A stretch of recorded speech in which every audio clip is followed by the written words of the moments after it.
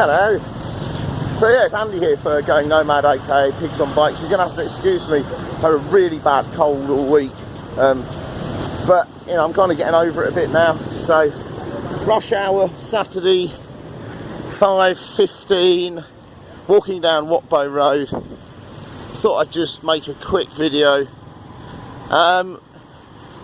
in answer to some emails, and eventually, you know, it was inevitable in the end, but the amount of emails concerning one particular subject has reached enough where I can't avoid making some comment on it, and that, of course, is on the subject of ladies and Khmer women. Okay, so it's kind of, as you know, if you've watched any of my videos, you've probably picked up on the fact that I'm married. I'm married to an English girl called Tanya, and we've been together for about 10 years, and we've been married for over 4 years now. So it's kind of a stable relationship. So when people ask me about marrying local girls and dating local girls, to be utterly honest, I haven't got a clue. I don't know. So all I can go on is what I've seen happen with other people and other people I know and things that I've heard. So, you know, we're gonna have a little, I want to have a little run on about some of that, really. And ages ago, before I moved to Cambodia, I was watching other people's YouTube channels on Cambodia, and one of them's this guy called No Joke Howard, and I've got a, you know, I don't know if any of you ever checked him out, but check out No Joke Howard. Here's quite an extensive set of videos on various subjects about living in Phnom Penh, and he's got a unique kind of style, and I've got a fair amount of respect for the dude, because, you know, he lays himself open in front of everybody and kind of bears all, sometimes almost literally.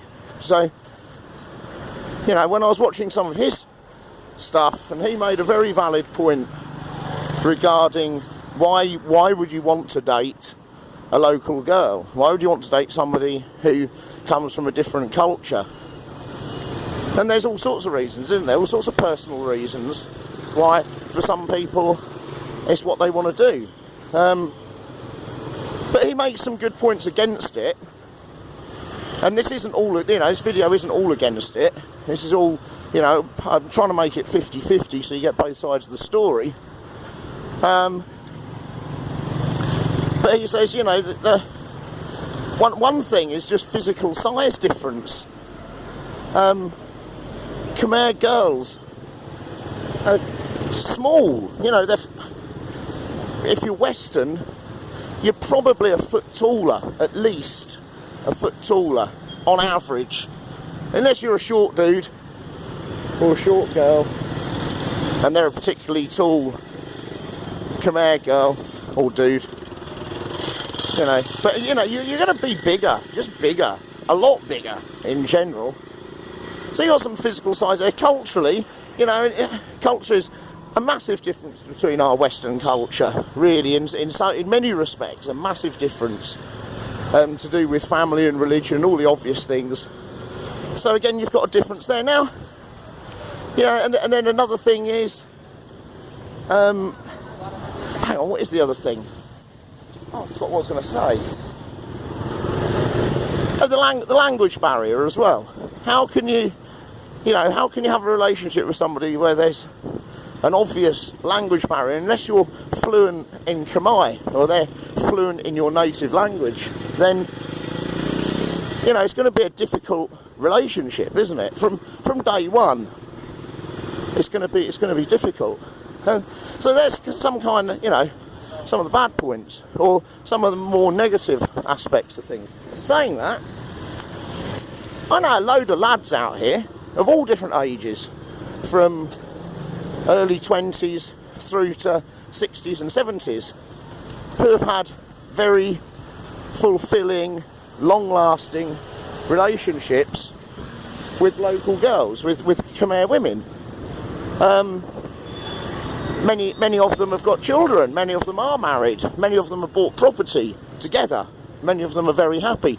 And so again, it does work, you know, on the right, you know, on the right side of things. Like, it does work, and it works really well. And I know some guys and girls out here who are really happy with it, you know, both ways, whether it's the girl that's Western or the guy that's Western.